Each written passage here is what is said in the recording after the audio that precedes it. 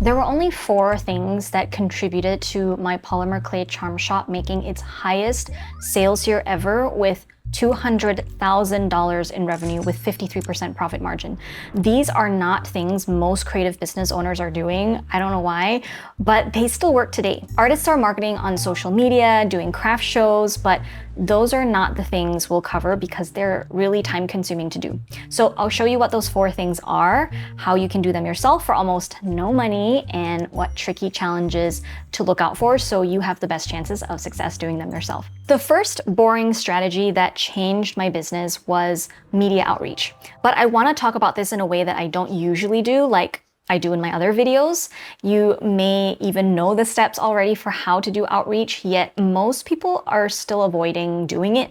So instead of walking through the same tutorial again that I already talked about in my other videos, I want to talk about why this works, why people still don't do it, and what actually matters if you want this to bring in real sales. So most handmade sellers today think media outreach means TikTok or Instagram influencers, right? That is the obvious route because everyone is on those platforms and it's what you think of first, right? The problem is that platforms like TikTok and Instagram are not built to send people to your shop. I mean, think about it, right? The only clickable link is in the bio. You are asking someone to leave a feed they are addicted to go tap into the creator's profile and then click through to hopefully go to your shop. Most people will not go through the trouble of doing all of that. And then also the buying intent is pretty low because they were not looking to shop in the first place. They were scrolling for entertainment, right? To ease some boredom.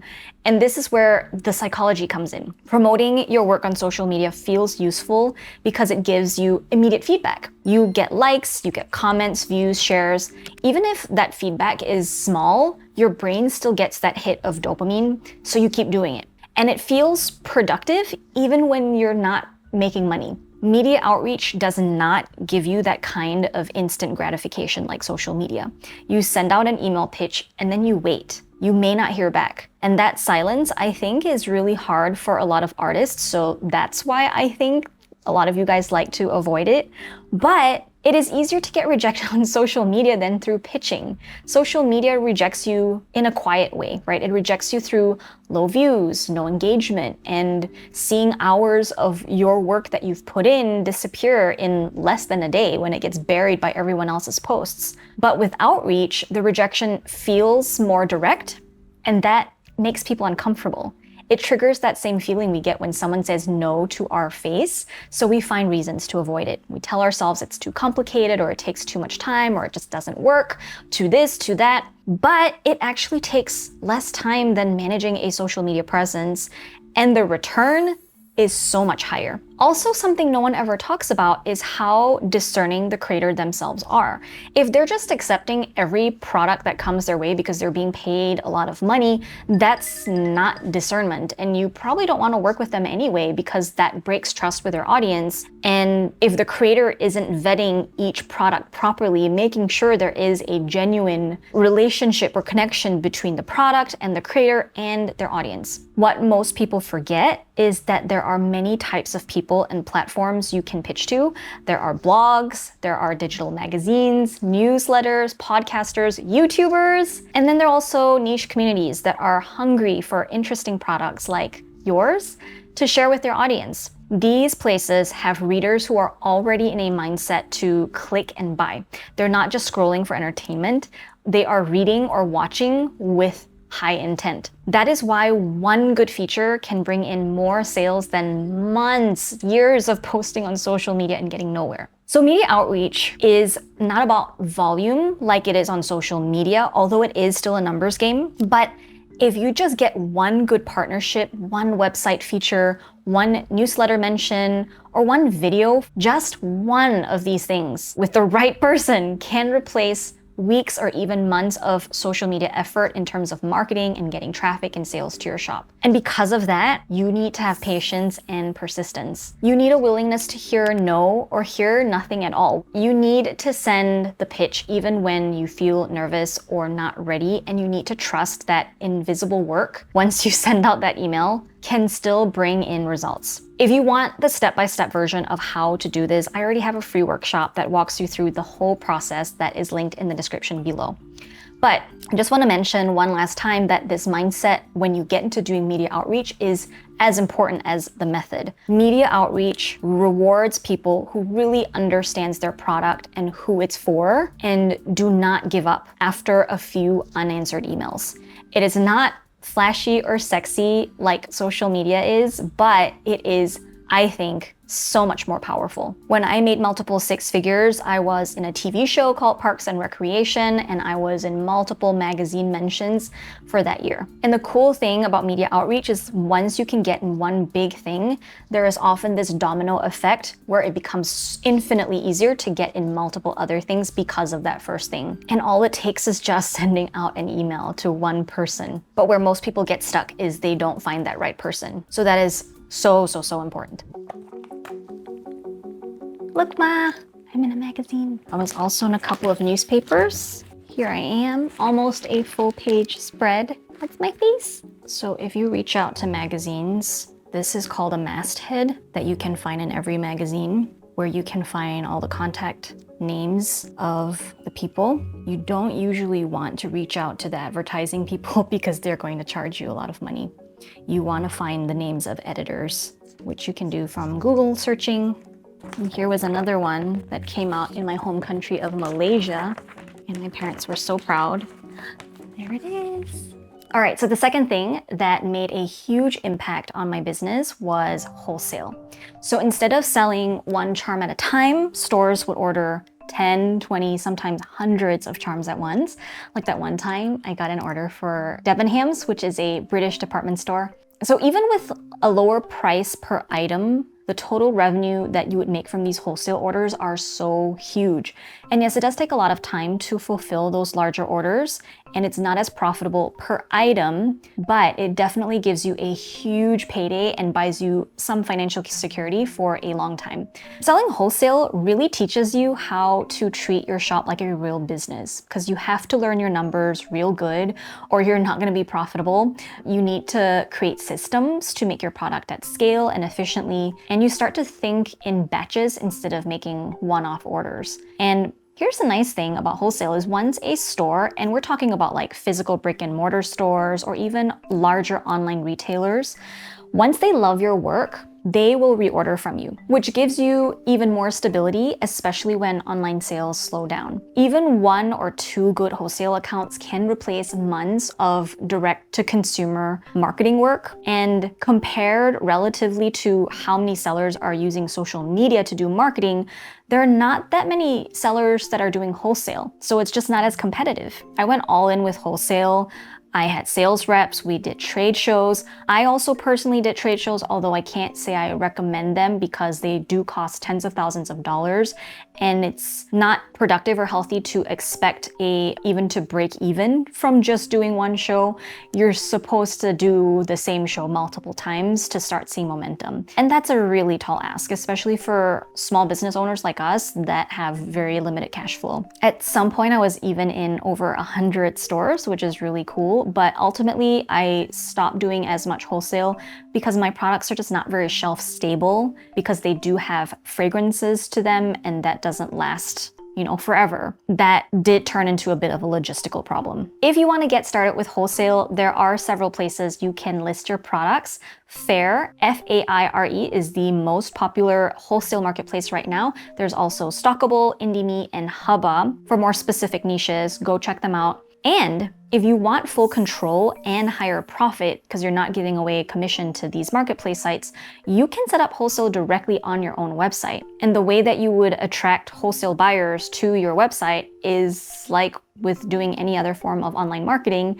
You can also lean into doing media outreach to do that. I've gotten so many wholesale orders from the features that I've been in. The other thing that you need to start doing wholesale well is a clear wholesale package. This is nothing fancy, but it's just some basic information you have to put together that a store needs to know first before they work with you. So that's going to include your wholesale pricing, which is typically 50% of your retail prices. You need to decide on what your minimum order amount is going to be and your reorder amount, which is usually lower, and your turnaround time, and what your terms are for when damages happens, if the store wants to return items or exchange them, and also your packaging, which is one of the most important things when selling wholesale. Your wholesale packaging needs to display your products in the best light, especially when they're sitting on a retail shelf or display case. And this packaging could look different than the packaging you use when you're shipping orders to online customers. So having all of that put together shows you know what you're doing, you're a professional that stores can trust and rely on, and it makes it an easy yes for them. So I found my wholesale marketing material. I'll show some of this to you to give you some ideas for how you can do wholesale marketing. I used to print these postcards that I would send out to stores just to spread some brand awareness, and they're pretty affordable to print and ship. And then I also had my wholesale catalog, a printed version that I would send to stores as well. And it's pretty simple. Hold on, let me show you one that doesn't have markings all over it. So it's got like a list of all of my different necklaces and jewelry that I would sell. And then I'd have a separate sheet that I would print out for any seasonal holiday items that I can just insert when it's the holiday season, but I don't need to include it when it's not. And then also this is a separate sheet that's just a table of all the different prices for my jewelry. The reason I have this in a separate sheet and not directly in the catalog itself is just in case the pricing changes. That way I don't have to reprint all of these catalogs because these are the most expensive item to print. And then I also had a kind of like this little informational press kit, which is just more information about me and how we make the jewelry, because I think a lot of people don't realize that it's all handmade out of polymer clay, hand sculpted, and places that we've been featured in, some lifestyle photos. And yeah, I still keep all of this because they're so pretty and it was a labor of love. You know, I made this all myself, designed it myself, and it was a phase of my business that was really cool. Okay, the third thing that helped me grow was selling on multiple marketplaces at once. I treated each platform as a passive sales channel because my philosophy is when you're just starting out, you want to show up in as many places as possible. Because if a customer was already shopping somewhere, I wanted my products to be there too. Most shops only sell on one platform, usually it's Etsy. And when Etsy slows down or like their algorithm changes, then that person's business slows down too, which sucks. My approach was the opposite. I wanted my products in as many places as possible, and that's where I listed them. Many of these marketplace sites have come and gone, and there are new ones today that you can look up. Some would bring in a few orders a week, some brought in just a handful a month, which is not a lot by themselves, but when you add them all up, it turns into pretty good revenue. Selling in lots of different online marketplaces works because these platforms already have built-in traffic, right? You're not trying to convince someone to visit your website, your own shop. You're showing up where people are already searching. And when sales come in from several different places, you are not dependent on one algorithm or one marketplace. I should mention though, that this marketplace site strategy is not for you if you don't have your own website home base set up yet, because marketplaces can be very distracting. It can suck up a lot of your time and energy in a way that doesn't generate positive ROI if you're not careful. And most people are not careful. Your own website acts as a home base that keeps you focused and makes it harder for you to get distracted. If you don't have your own website yet, check out Hostinger, who I am partnering with for this video. Hostinger is like this one-stop shop for everything you need to get your business online. So you can easily get like a free domain, a professional email address, you can get hosting and even create your own online store in under 20 minutes using their AI features. You just type in your business name and description for your shop and it spins up an entire website for you that's basically already 80% done. So all you need to do is customize it. Is Hostinger the most powerful platform out there in my opinion? No. But it has just the right amount of features you need to get started for a very accessible price. And this is what I wished I had when I was first getting started. And if you're too scared of the tech, This makes it so easy to make a gorgeous website. They also just launched a new Printful integration. So Printful is a print-on-demand company that we use ourselves for our own art shop. So say you have art that you've painted or you've made in Photoshop, you can get that printed on products like t-shirts, tote bags, mugs, framed wall art, and so on, and you don't have to do any of the printing work yourself.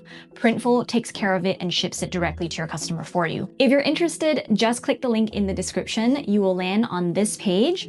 I would choose the business plan because it includes the AI website builder and e-commerce features. After that, head to the checkout. I recommend choosing the 48-month plan as it gives you the lowest monthly price and includes 2 extra months for free. There's also a 30-day money-back guarantee, so you can literally try it risk-free.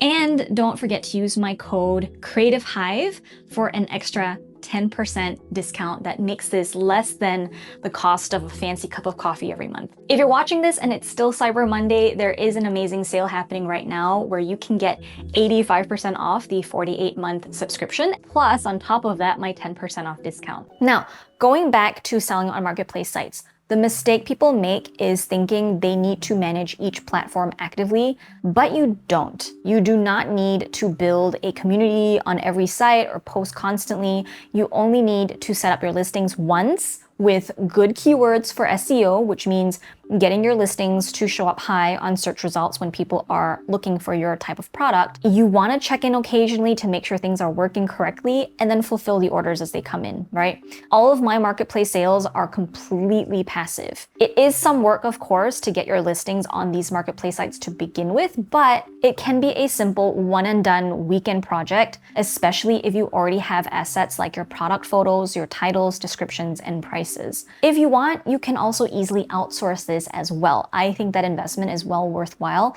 It doesn't even cost that much money. Or use AI to help you spin up different variations of your descriptions to make this process go faster. And here is the part that most people overlook. When you sell in more places, you increase the chances of your products being discovered by wholesale buyers, by bloggers, or other people who can amplify your reach via media outreach. I have wholesale accounts and media features come from the most unexpected platforms. You just never know who's looking on the other side, right?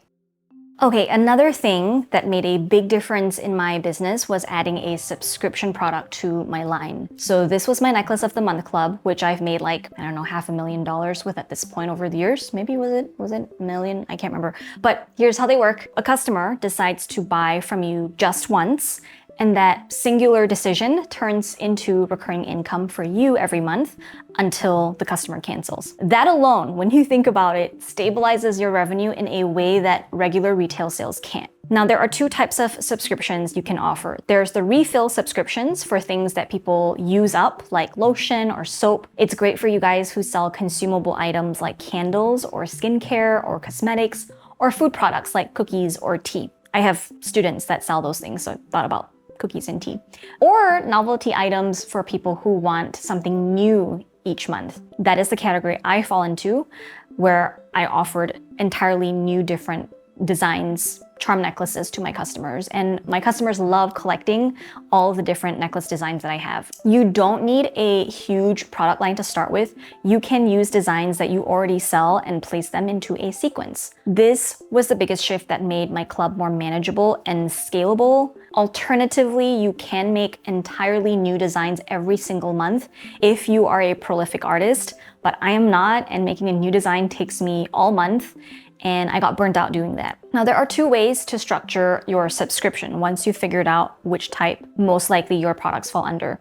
There's the monthly, where everyone gets the same product at the same time, or there's sequential, where every subscriber starts at month 1, where they get 1 cupcake necklace, and then month 2, they get a cookie necklace. Month 3, they get an ice cream cone necklace. That happens in that specific sequence, regardless of when the customer signs up, whether it's in January or August.